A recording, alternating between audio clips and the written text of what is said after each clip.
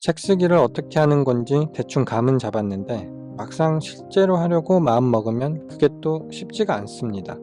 어렵게 컨셉도 잡고 어떤 이야기를 쓸지 대충 생각은 해뒀는데 그 다음 단계인 목차를 쓰는 것이 생각보다 어렵지 않던가요?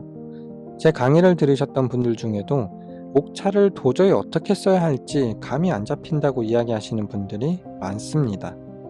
책의 제목, 장의 구성, 목차의 역할 등 설명을 드리지만 실제로 그걸 써보는 것은 또 다른 차원의 문제이기 때문이죠. 목차는 책의 설계도와 같기 때문에 목차 없이는 원고를 쓰기가 어렵습니다. 저는 그냥 맨땅에 헤딩한다는 생각으로 무작정 썼습니다. 참고도서를 여러 권 찾아보고 써보고 비교해보고 하면서 목차를 조금씩 잡아 나갔습니다. 그런데 이제는 그렇게 할 필요가 없습니다. AI가 있으니까요. 가장 대표적인 챗 GPT를 이용해 목차도 쉽게 만들 수가 있습니다. 물론 AI가 만들어주는 목차를 그대로 쓰라고 말씀드리는 것은 아닙니다. 자칫 잘못하다가는 여러분이 처음에 어렵게 잡은 컨셉이 무너질 수 있기 때문이죠. 여러분의 머릿속에 둥둥 떠다니는 아이디어를 구체적인 글로 구현해내는 도움을 받으시고 거기에 여러분 각자의 색깔을 입히는 방법으로 하시면 좋습니다. AI가 목차 초안을 잡아주고 저자가 직접 다시 한번 수정을 하는 방식이죠. 챗 GPT를 이용해 목차를 쓰는 방법 직접 한번 같이 해볼게요. 자, 이렇게 우선 챗 GPT를 열고요. 여기에 내가 어떤 책을 쓰고 싶은지 먼저 써주는 겁니다. 저는 직장인들을 위한 자기계발 책이라고 한번 해볼게요. 직장인을 위한 자기계발 책을 쓰려고 해. 책의 목차 작성을 해줬으면 좋겠어. 이렇게 어떤 책인지 먼저 이야기를 하고요. 어떤 도움을 받고 싶은지 이야기를 해줘야 됩니다. 그리고 좀 더 구체적으로 설명을 해주면 좋습니다. 우선 핵심 독자가 누구인지 설명해 주면 좋겠죠. 자, 책의 핵심 독자는 이제 막 취업을 한 사회 초년생이야. 일도 해야 하고 일도 열심히 하고 자기 개발도 하고 책도 많이 읽지만 실제로 실천은 잘 하지 못하는 사람들이야.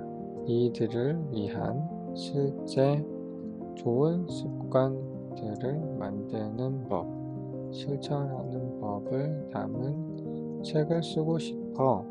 이렇게 핵심 독자에 대한 이야기, 핵심 독자가 누구인지, 그들이 뭘 원하는지, 그리고 그들에게 어떤 도움을 주고 싶은지 이야기를 했죠. 그 다음에 책의 구성에 대해서 좀 지정을 해주면 좋습니다. 우선 장이 몇 개 정도 장으로 구성이 되면 좋을지 한번 이야기해 보도록 할게요. 책은 총 4개의 장으로 만들어져. 첫 번째 장에는 독자들이 공감할 수 있는 이야기들이 있으면 좋겠어. 두 번째와 세 번째 장은 실제로 좋은 습관을 만들고 효과적인 자기 개발을 하는 방법과 실천법들을 알려주는 내용을 넣어줘.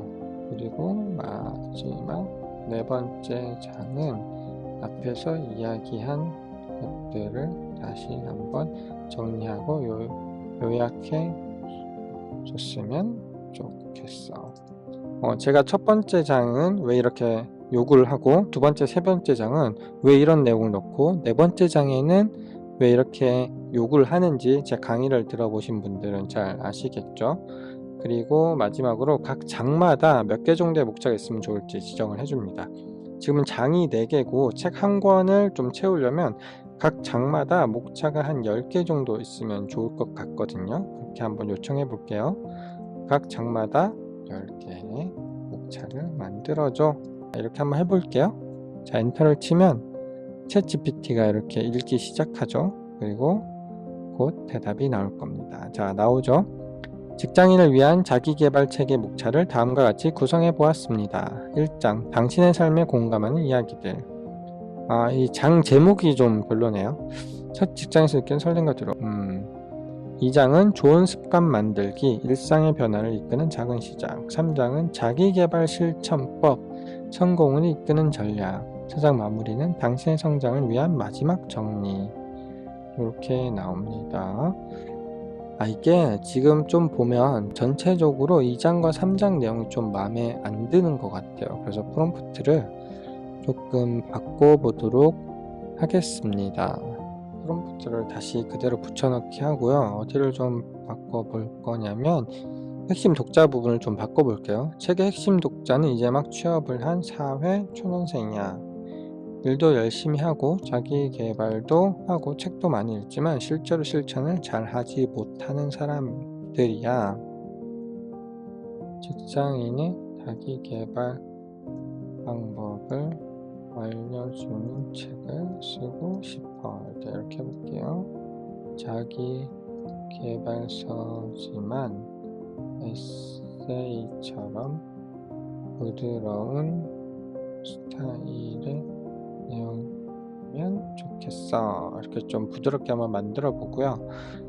장 제목 부분도 수정을 한번 해보도록 하겠습니다. 책은 총 4개의 장을 만들어줘. 첫 번째 장에는 독자들이 공감할 수 있고 자신들의 문제를 파악할 수 있는 이야기들이 있으면 좋겠어. 두 번째와 세 번째 장은 실제로 좋은 습관을 만들고 실천하는, 좀 심플하게 할게요. 좋은 습관을 만들고 실천하는 방법들을 알려주는 내용을 넣어줘. 그리고 마지막 장은 똑같이 한번 해보도록 하겠습니다. 이렇게 하고 엔터를 치면 다시 만들어 주겠죠.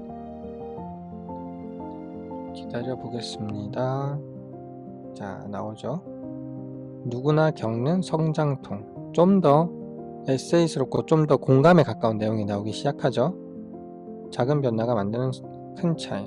네, 훨씬 더 좋은 것 같습니다. 실천으로 이어지는 자기 개발 전략. 좋습니다. 3장 이렇게 나오고 4장은 나만의 성장 방식 찾기. 괜찮네요. 지금 이 순간부터 다시 시작하기라는 꼭지도 있죠. 자, 이 목차는 사회 초년생들이 느끼는 고민에 공감하면서도 실천 가능한 자기 개발 방법을 에세이처럼 부드러운 톤으로 풀어낼 수 있도록 구성했습니다. 한번 볼게요. 1장 누구나 겪는 성장통, 당신의 이야기를 찾아서. 약간 공감에 초점을 맞춘 게 느껴지시나요? 첫 출근의 설렘과 불안, 꿈꾸던 직장생활, 책을 읽지만 그대로운 이유, 매일 반복되는 피로와 무기력. 이거 나오죠. 2장은 좋은 습관의 시작, 습관의 힘, 하루 10분, 아침, 그 다음 목표를 눈에 보이게 만드는 것, 꾸준함, 할 일과 할 수 있는 일. 요거 괜찮네요. 그리고 3장에는 실천을 이어지는 자기개발 전략, 행동을 옮기기, 멘토, 작지만 꾸준한 성취, 피드백, 스스로에게 긍정적인 아빠. 이거는 자기 암시 같은 걸로 바꾸면 더 좋겠죠. 그 다음에 짜투리 시간 활용. 괜찮습니다. 자, 앞에서 만든 것보다 훨씬 낫죠. 이렇게 여러분이 생각했던 거랑 좀 다른 내용이 들어간다면 좀 더 구체적으로 얘기해보면 좋습니다. 자, 이렇게 장이 나왔으면 이거를 이제 복사를 합니다. 복사를 해서 저는 네이버 블로그에 붙여넣기를 한번 해보도록 할게요. 자, 여기에 이렇게 붙여놓으면 40개 꼭지가 바로 들어왔죠. 자, 이렇게 하면 어때요? 1장, 2장, 3장, 4장 그리고 꼭지 10개씩 이렇게 목차가 만들어졌죠. 그리고 그 다음으로 중요한 거는 여러분들이 각 목차를 그대로 쓰지 마시고 각각의 목차를 이제 검토를 하셔야 됩니다. 목차를 보시면서 각 목차마다 내가 어떤 이야기를 할 수 있는지를 한 번씩 쭉 검토해보고 적어 보셔야 합니다. 이걸 해야 AI가 알려주는 쓰라고 하는 글을 쓰는 게 아니라 내가 쓰고 싶은 글을 쓰게 되는 것이죠. 만약에 이 해당 어떤 목차에 내가 할 말이 없거나 좀 애매하다라는 생각이 드신다면 그 목차는 빼시고요. 다시 한번 만들어 보시면 좋습니다. 참고해서.